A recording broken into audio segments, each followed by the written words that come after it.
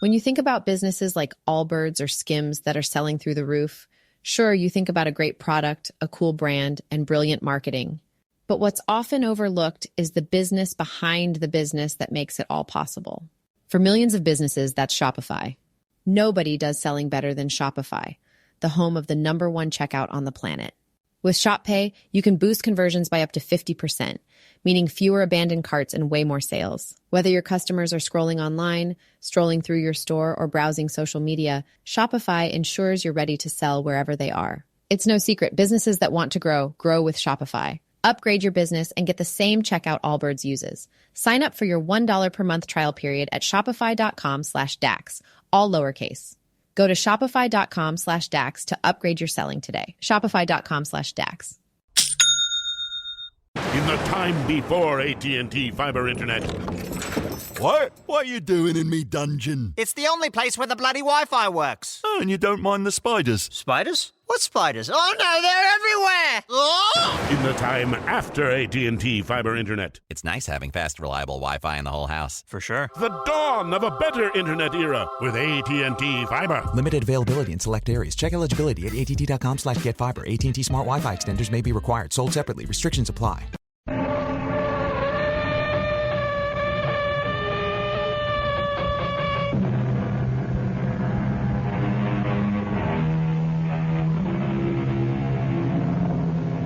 Come in. Welcome.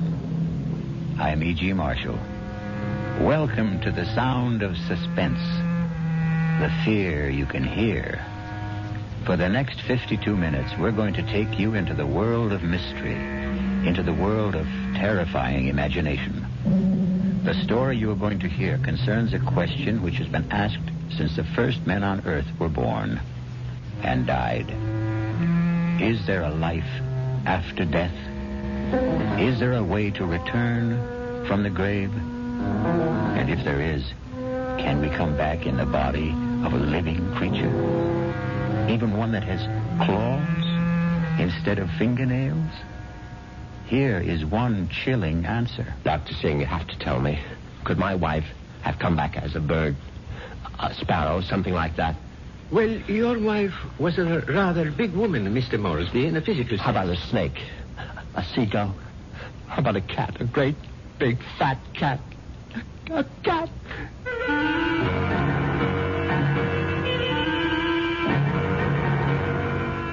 Our mystery drama, The Return of the Moresbys, was written especially for the Radio Mystery Theater by Henry Slessor and stars Patrick O'Neill. I'll be back shortly with Act 1.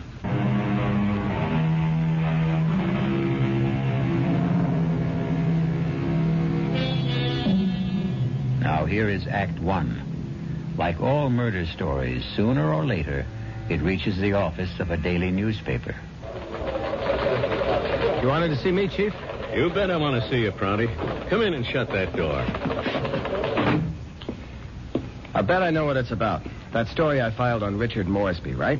I got a flash for you, Prouty. This is a newspaper office, not a fiction magazine. You take this story of yours and see if you can sell it to Weirdo Digest or something. But get it off my desk. Now, wait a while, Max. I know it's offbeat, but I thought I handled it with a kind of a light touch. Stories about murder can't be handled with a light touch, not on this paper. But it's accurate. I mean, this is exactly what the guy Moresby told me, just before he died. Well, he must have been out of his head. He asked for somebody to hear his story. That's how I got to meet him. I was at the hospital covering that subway accident. Now, that story made sense to me. Nothing but nice, clear facts. But this nonsense... Please, let me tell you about this guy. Maybe you'll change your mind. All right, what about him? Well, for one thing, he was a real distinguished-looking guy. The only thing peculiar about him was his eyes. His eyes? Yeah. They were the palest blue eyes I ever saw on a man. They weren't really blue at all. They're like silver. Big deal. So he had silver eyes. And when he started to tell me about himself, well, I just had to hear the whole story, Chief. Yes, I was born in London, but my family moved to the States when I was young. They didn't improve much on the climate when they did. We lived in Vermont. I don't think I was ever warm enough until the age of 24 when I moved to Southern California. I lived on beaches. A superb swimmer, a superior surfboarder, and a terrible bum. It was on the beach at Malibu that I met the woman who was to become my wife. Her name was Una. She was as pale as a gardenia with bones. Una had more bones than any other woman I've ever met. Lovely day, isn't it? I beg your pardon? I said it's a beautiful day. I don't think I've ever seen the ocean look prettier. Frankly, the Pacific always looked a little muddy to me. I wonder if that's what Balboa said when he first saw it. Well, he probably said, what a great place for surfing. Ah, I see you have a surfboard. Yes, as a matter of fact, I think I see a wave that I like. Will you excuse me? Oh, I wish I had the nerve to try it. Yeah, you really should. Well, bye now. Maybe I'll ask my chauffeur to teach me. I'm sorry. What did you say? Charles, my chauffeur. He's very good at sports. Come to think of it, that wave doesn't look so good after all. By the way, my name is Richard. Richard Moresby. How do you do? My name is Una.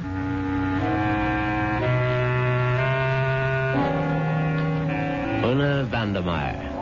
That was her name. As soon as I realized that she was from the Vandermeyer family, she didn't seem half as bony as she did before. In fact, not only did I become accustomed to Una's appearance, I was even able to tolerate her inane conversation. Can't you just feel the mystery of the stars, Richard? Sometimes I feel their vibrations as if they're trying to communicate with me. Do you ever feel that? Well, sometimes, I suppose. I really think we must be one with the universe, don't you? I really believe there's just one great universal soul, and we're all part of it. Don't you think so, too? Yes, of course. Right on, as they say.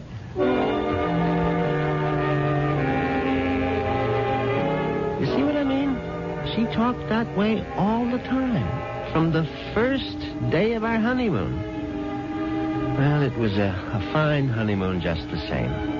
It lasted a whole year on the beaches of the Caribbean, on the French Riviera. I got browner and browner. Una got freckles. Finally, we returned to our home in Los Angeles and settled down to a quiet, comfortable marriage.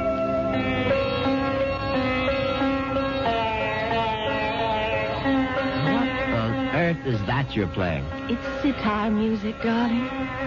Oh, it's just so spiritual. What made you buy the record? Well, Doctor Singh recommended it. Who? Dr. Singh at the Temple of Metapsychosis, you know. The Temple of what? Metapsychosis. I told you about joining the temple last week. Oh, Richard, sometimes I think you don't listen to me. Now, as you may know, Southern California abounds in quasi-religious organizations. And she'd gone through a number of them without discovering the universal soul at any of their altars. Darling, please come to one of Dr. Singh's lectures. He's such a magnificent speaker. He emits such vibrations.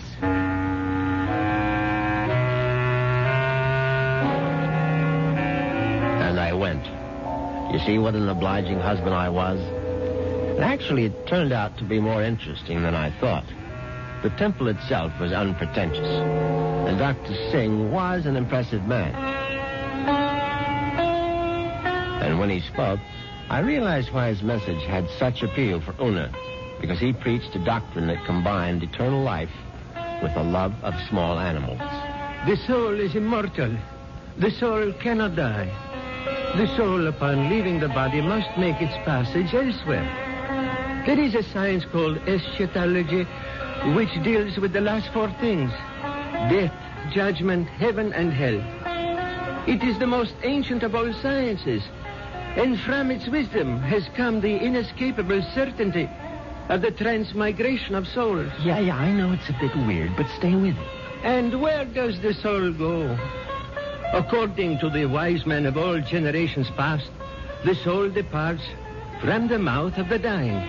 It is consequently a small thing. A bird, a snake, a mouse, a dove, or a hawk, a dog, a cat, an insect.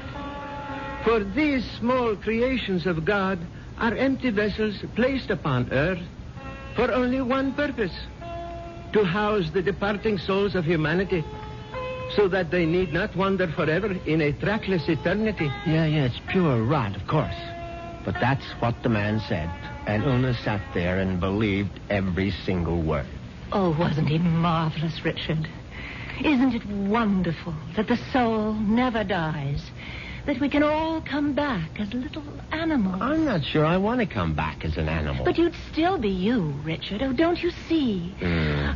Well, by the way, what was that envelope you handed Dr. Singh after the meeting? The envelope? Oh, that was my donation, of course. Your donation to the temple? Yes, to support the work of Dr. Singh, to open other temples around the world.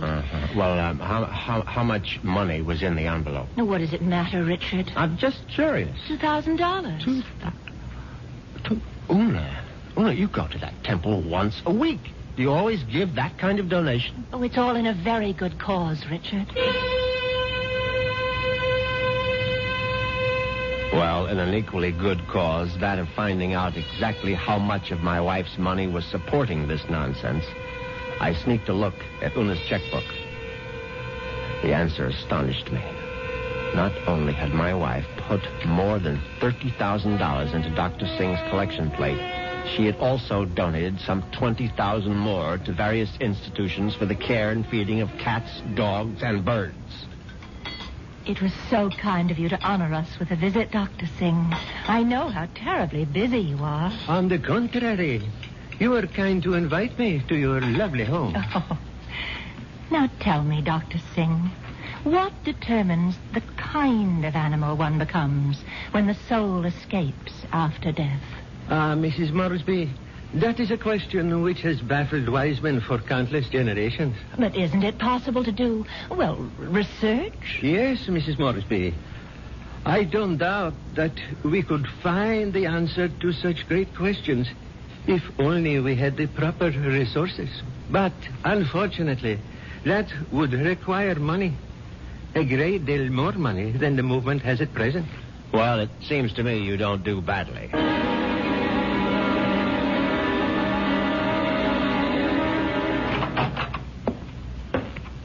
Well, there you are. Hello, Richard. Where have you been all morning? Right here, in my little sewing room. Don't tell me you were sewing. Oh, don't be silly. Actually, I've been composing something. A letter? Oh, something more important than that. Richard, do you realize that I have no last will and testament? Well, why should you? Healthy young chicken like you? I can't call myself young anymore, Richard. You'll always be young to me, darling. Oh, that's very sweet. But just the same, it's only practical to have a will. Would you read it over, Richard, and see if it sounds legal enough? Certainly. Well, let's see now. I, Una Vandermeyer Moresby, a resident of the city of Los Angeles, state of California, residing at 8 Sheridan Drive, being over the age of 21 and of sound and disposing mind and memory. Darling, this is superb. Where on earth did you get the language? Well, to tell you the truth, I copied it out of Daddy's will. The one that left you $10 million? Yes. Well, I don't see how you could go wrong. Let's see now. Not acting under duress, menace, fraud, or undue influence of any person whomsoever... And, good Lord, Una. What's that? What is it? What? You're not serious about this. Oh, about making a will? Well, of course I am. I mean, this bequest to the temple of mumbo jumbo. What's wrong with it? Now, listen, darling. I told you how important Dr. Singh's work is, but it requires money to carry it on. Tons of money. So the least I can do is to help the poor man as much as I can. But you're giving him 90% of your entire fortune. Ah, you'll still have $1 million if I go first, Richard. Isn't that enough? No, it isn't. I mean, the whole thing is ridiculous. Don't you realize that man is a fraud, a charlatan? What? Oh, for heaven's sake, Una, open your eyes. Don't you realize the simple truth? Your money won't build any temples. It's just going to line the pockets of that turbaned phony. Richard, what a terrible thing to say. Well, you told me you liked Dr. Singh, that you were very impressed by his theory of transmigration. Darling, I was only saying all that to please you. But now I'm telling you that the only thing Dr. Singh is planning to transmigrate is your money into his savings account. And frankly, I'm not going to let him do it. Richard, what are you doing? You're tearing up my will. That's right. How dare you do such a thing? It's my money, and I'll do whatever I please with it. Ona, darling, I just want you to have a chance to come to your senses. Oh, there's nothing wrong with my senses. I can see very clearly what the real trouble is. If I didn't leave a will, all my money would go to you, wouldn't it? Well, naturally, I'm your husband. You don't have any other And relatives. that's why you're acting this way. It's just plain and simple greed. Una, listen to me. No, it's all right. It's all right. I'm glad you tore up that will, Richard, because I realize now that I was quite wrong. Do you? Yes. It's a mistake to leave only 9 million of my money to the temple. I'm going to leave all of it to Doctor Singh. When Una actually drafted that incredible document and called our attorney for a Monday morning appointment, I realized that I had to do something very drastic before the weekend was over. I had to kill my poor, misguided wife. I had to make her one with the universe.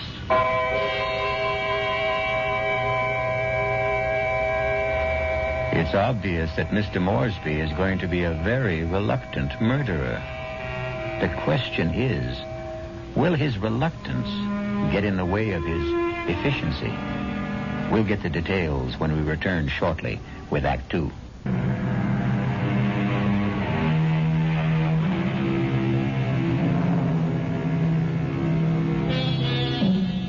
Now let's return to Richard Moresby. In order to find him, we'll have to search the highway, for Richard has taken his white Jaguar out for a spin. But there he is now. On Saturday morning, I took a little spin in my XKL and did some thinking on the open road. I didn't want to kill poor Una, of course.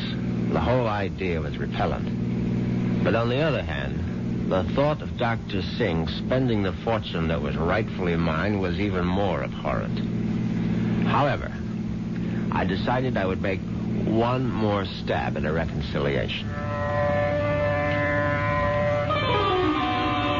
Darling, may I come in? It's your living room, too. It doesn't feel like it. Matter of fact, I've felt like a stranger in this house for the past 2 days. I suppose that's my fault. Well, you haven't been exactly cordial, have you?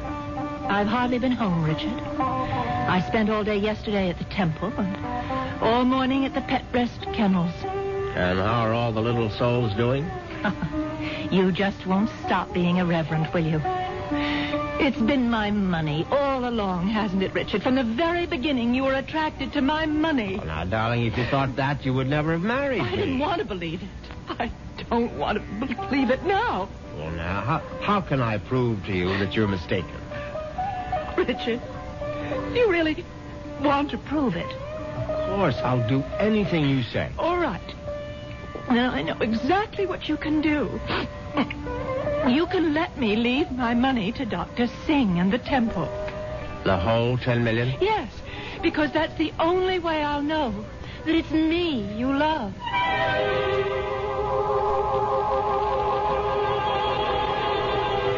Well, you can't say I didn't try. But Una's decision now left me with absolutely no alternative. I was still deeply unhappy about the necessity of taking her life. However, fate was kind to me that very afternoon. Now you're sure that you want me to continue reading, Richard? Of course, darling. Well, I'm sort of embarrassed about this part. It's a paper that I wrote myself. Something you wrote? Yeah, I wrote it this morning. I was going to show it to Dr. Singh. It's it's a sort of a poem. It's called Death. Snappy title. Hope I can read my own handwriting. Death has become nothing to me. Death holds no fear for me. Come, death, I welcome you. Lead me to the woods, the waters, the air above the earth. Come, take me, death. Your touch is kind. Richard? Oh, Richard, why do you look like that? Is it really that terrible? Oh, terrible. Oh, no, my darling. It's beautiful. Do you mean it? You must give it to me, Una. I must have it. You like it that much? Yes, I certainly do. Oh, well, I'll type it up for you, Richard. No, I must have the original. Now, just the way you wrote it. Oh, darling, I'm so flattered.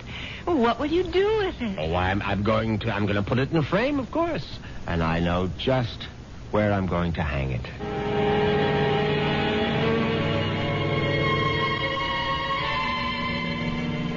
Yes, I could hardly believe my ears. Una had written her own suicide note in her own handwriting. It was truly karma at work. Now there was no question of failure, and no longer any need for delay. Oh, what a lovely idea this was, Richard. Candlelight dinner for two. Yes, I thought you'd enjoy it. So sweet of you to handle the whole menu with cook. You spoil me shamefully.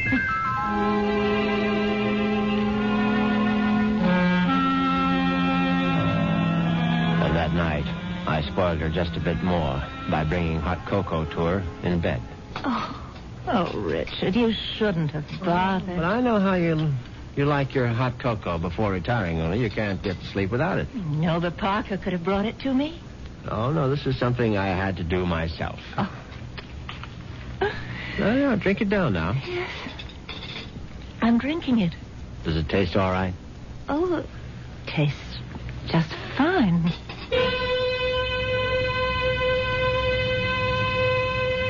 Now, that was very good news, because I'd prepared the hot cocoa myself, and I had no idea whether 25 melted sleeping pills would seriously affect the flavor. Finally, Una was all tucked in for the night. I went into my study, picked up the poem she had written for Doctor Singh, and brought it to the bedroom. I placed it carefully on the night table beside her.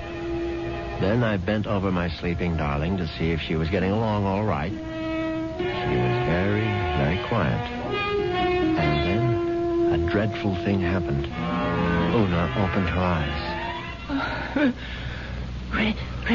Richard. Oh, Richard. Hush, darling. Now go back to sleep.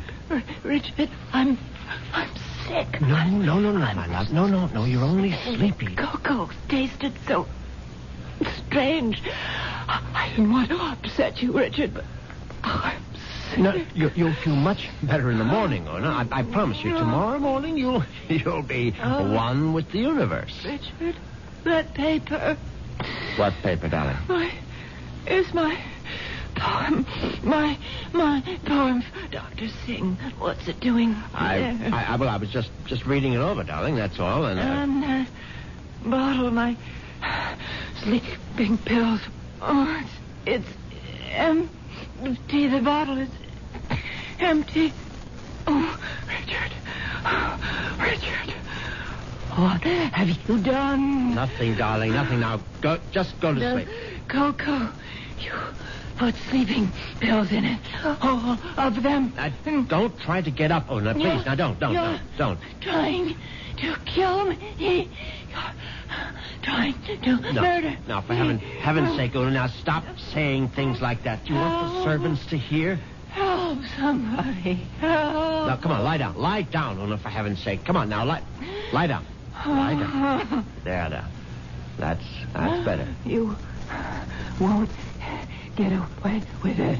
You won't get away with it, Richard. I promise you.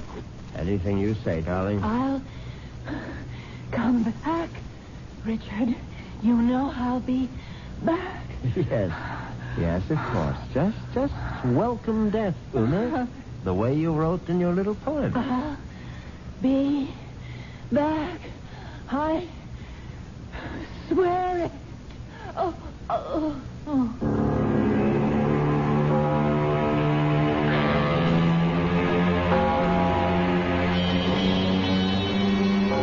The funeral was held 2 days later. It was a magnificent occasion, of course.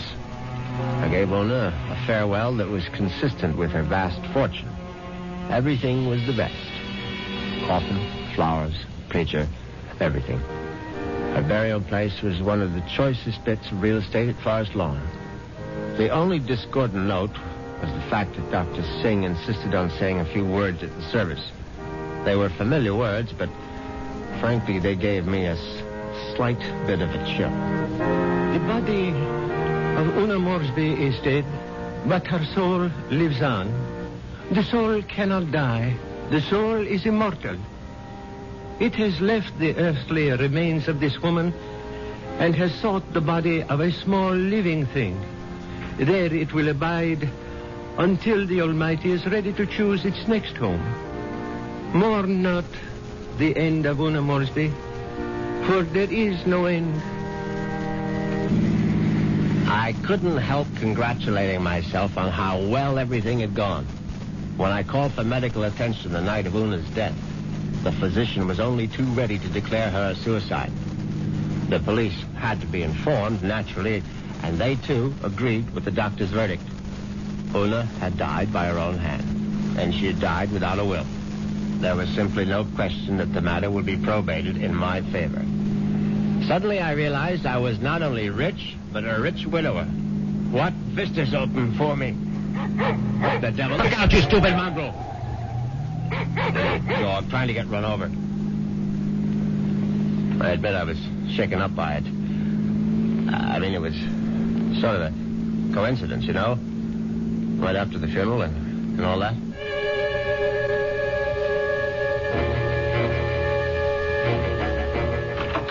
I was very glad to be home again, you can be sure. Excuse me, Mr. Moresby. Yes, Parker? Cook is worried about the raccoon, sir. The what? There's been a raccoon at the kitchen door all morning, and Cook is badly alarmed, I'm afraid. I've tried to scare it away, but it keeps returning. A raccoon, for heaven's sake? Why don't you just shoot it and make a coat out of it? I was wondering if you wished me to call the game warden, sir. Oh, please, Parker, do whatever you please about it. I'm going to take a nap. Yes, sir. Very good, sir.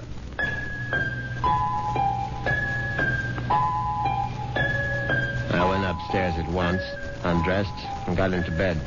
It was a warm day, and yet I found myself cold. I got out the electric blanket and soon felt very cozy indeed. In fact, I felt so much better that I made a phone call.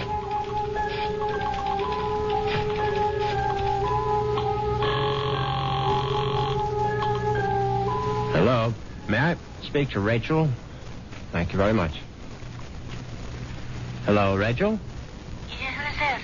Rachel, you probably don't even know my name, but it's Moresby, Richard Moresby. Who? You met me at the club numerous times. I'm the rather distinguished-looking gentleman who sits at the table on the far right corner. Oh, yeah, well, that's not my station. Yeah, I know it isn't, and I've always regretted it. Frankly, I would have enjoyed my lunches at the club even more if you had served them. Listen, I'm pretty busy right now. Well, what I wanted to find out was if you're busy this evening. Oh, what'd you have in mind?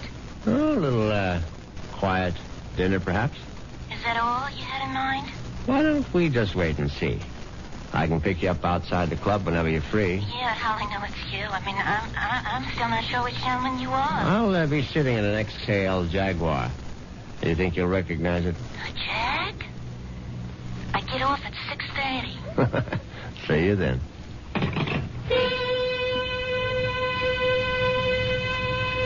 Yes, I was feeling very good now. Very good indeed. I would have drifted off into a pleasant sleep except for one thing. For a moment I thought a bomb had gone off in the room. Then I realized it was nothing more than a bird.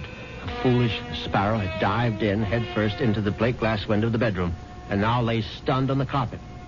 I looked at the thing's fluttering little heart, and suddenly I was struck by a terrifying palpitation of my own. The dog, the raccoon, the bird.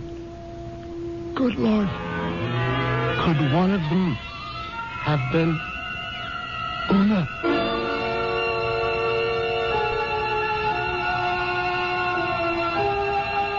Has Una Moresby returned from the grave? Nonsense. Such things don't really happen. But perhaps we should reserve judgment until I return shortly with Act 3.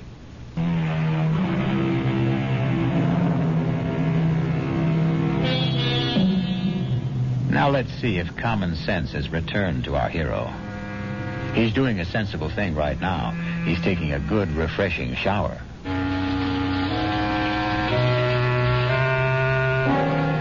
By the time evening came, I was feeling better. All my peculiar notions about Una's animal reincarnation seemed ludicrous as I stood in front of the shaving mirror. I thought about the delicious young woman that was waiting for me at the club. I'd admired Rachel's way with a tray for months, but ever faithful to my wife, I hadn't done more than gaze from afar. But now, things were going to be different. Yes, who is it? It's Parker, sir. Yes, come in, Parker. It's all right. Excuse me, sir. A bit of emergency in the kitchen. Well, what is it? A snake, sir. A what? Cook insists that there's a snake curled up in the telephone wire. Oh, that's ridiculous, Parker. Cook says it's there, Mr. Moresby. They do get into the house sometimes. Well, tell Cook she's seeing things. Tell her to stop nipping at the cooking sherry, and she'll soon stop seeing snakes. Yes, sir. What was that? I would guess it was Cook, sir. Oh, for heaven's sake, go down and see to it, Parker. I'll try, sir. But I'm not very good with snakes, sir. Well, what do you think I am, an expert?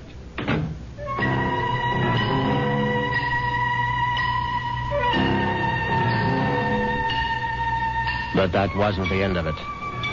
10 minutes later, Parker was back upstairs saying that the snake had left the kitchen and run into the living room.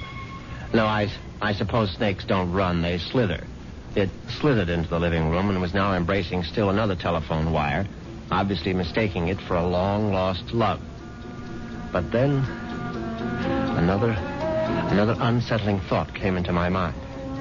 What if the snake... No, that was ridiculous. Hello? Hi.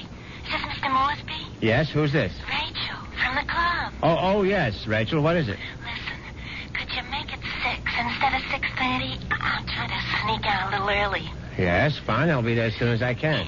In the Jaguar, right? Yes, in the Jaguar. Listen, the reason I want to leave earlier is because my husband always picks me up at 6:30. What was that? So I asked one of the girls I work with to tell him I got another job someplace. He won't care. He likes me to earn extra money. Yes, I see. So, just to make the story look good, I guess you'll have to lend me a few dollars after our date. Yes, of course. And listen, I really do remember you, sugar. You're the handsome one with a cute bald head. See you soon.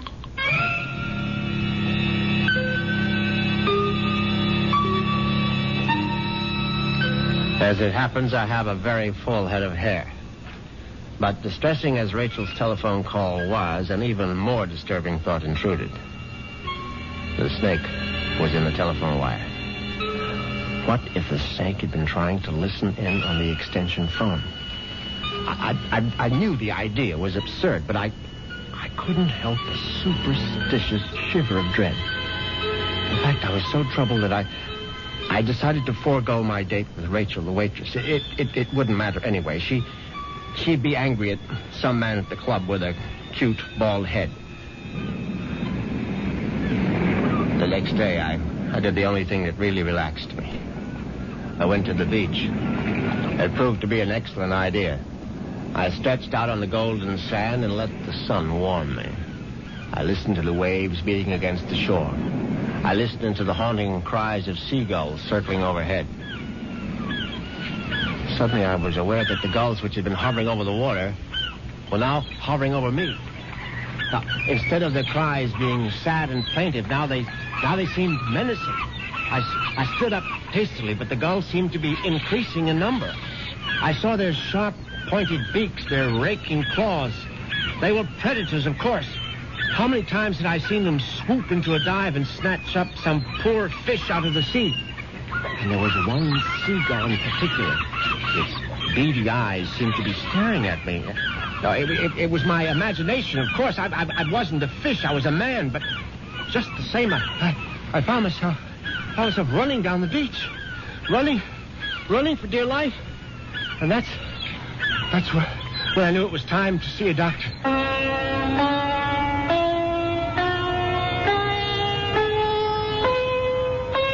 Yes, Mr. Moresby.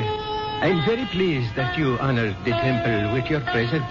I'm grateful that you're willing to see me, Dr. Singh. I realize that, well, you've had a disappointment. A disappointment? I'm afraid I don't understand. I know my wife made certain promises to you concerning her will. I believe she mentioned some modest donation. She wasn't in her right mind, of course. I mean, when she took those sleeping pills. Yes, it was very sad. I trust that she has found the peace and happiness that she sought. Frankly, that's what I wanted to talk to you about. I mean, about whether you really believe that my wife is, well, that she's some kind of animal right now. But of course I believe it, Mr. Moresby. I don't merely believe.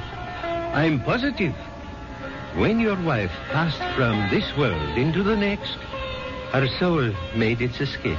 Yes, I know how it goes, but what I'd really like your opinion about is what sort of animal do you think she might be now? I told you, Mr. Moresby, we have no way of knowing. But can't you take a guess? I mean, you said it might be influenced by a person's karma. Am I quoting you right? Yes. The kind of person she was in life may well determine the kind of animal she is now. Your wife was soft. Your wife was gentle. Your wife was independent in spirit. Now, what animal does that remind you of? I don't know. I can't think. Then go home and think about it, Mr. Moresby. Go home and try to be one with the universe.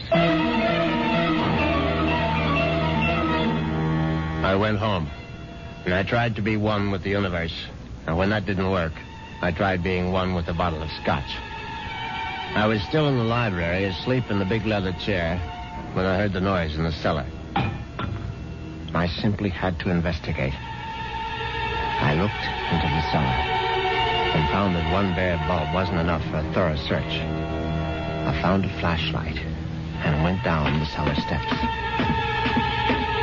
At first there was nothing I could see. But then, there's an empty oil can. Swiftly, my flashlight picked out the culprit. At first, I thought it would turn out to be a mouse, but instead, it was a large, white cat. I don't like cats. I never have. Skulking, cynical creatures. When the beam of my flashlight hit it, the cat froze. I saw it was an alley cat. Its fur shaggy, its eyes baleful in the light. It was fat, and yet it was bony, too. I said scat, but it didn't scat. Instead, it started to walk toward me. And I knew for certain what Doctor Singh had meant. I knew for certain I was looking at the reincarnation of my wife. As soon as that hideous apparition howled at me, I made a cowardly dash for the cellar door. Once I was on the other side, I remembered the hunting rifle that Una had given me for Christmas. It stood unused in an upstairs closet. I found it. I loaded it and brought it back to the cellar. I hadn't fired a rifle since boyhood. I stood on the top of the stairs with my flashlight, picked out the ghostly white form of the cat. I put down the light, raised the weapon, and squeezed the trigger. The report was deafening, but the recoil was worse. My precarious balance on the top step was lost. I fell to the bottom.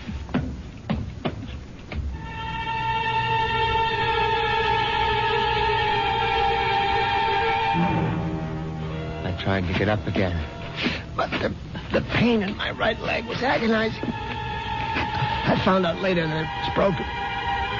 But the cat was still alive. And it was regarding me at eye level now. Its fur matted with plaster dust. Its eyes filled with hatred. I tried to crawl toward my fallen rifle. Just as I saw the creature dancing toward me, I screamed, Una! My hand was on the rifle now, grasping it. Too quickly in my panic, my fingers touched the trigger, the rifle went off again.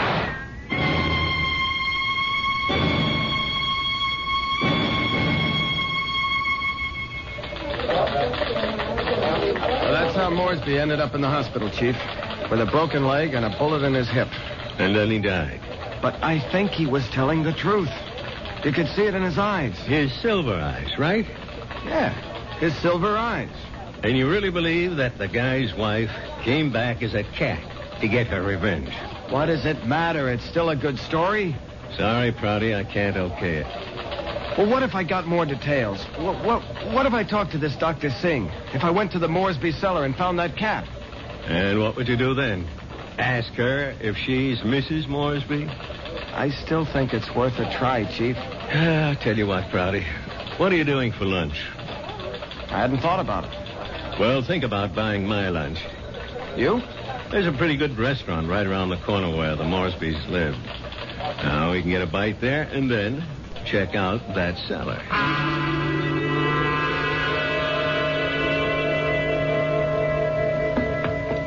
So, this is where it happened, huh?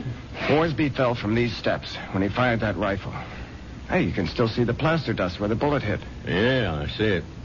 But I don't see any white cat. It might be hiding someplace. Or it might be a figment of his imagination. Maybe so. Hold it. Did you hear something? No. Listen. There it is. Look. It's a cat, all right. And it looks like it just found its supper. Oh, that mouse is still alive. Yeah, but not for long. Look at it squirm. He's eating it. Yep. And there goes your mouse. Oh, my God. What's the matter, Prouty? Never see a cat eat a mouse before? Chief, did you see that mouse? Sure I saw it. But didn't you notice something? Like what? Its eyes. Chief, did you ever see a mouse with eyes like that? They were so pale blue, they were almost silver.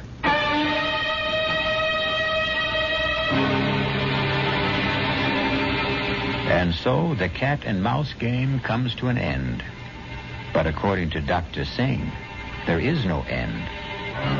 Perhaps Richard Moresby will have his turn next in another afterlife. I'll be back in a few moments.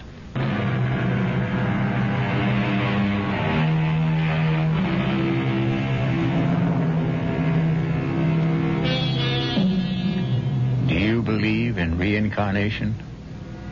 Do you believe the dead return? We have to believe it, because here we are, the reincarnation of radio drama. We hope you'll keep us alive by listening again to the Radio Mystery Theater. Our cast included Patrick O'Neill, Marion Seldes, Nick Pryor, and Dan Ocko. The entire production was under the direction of Hyman Brown.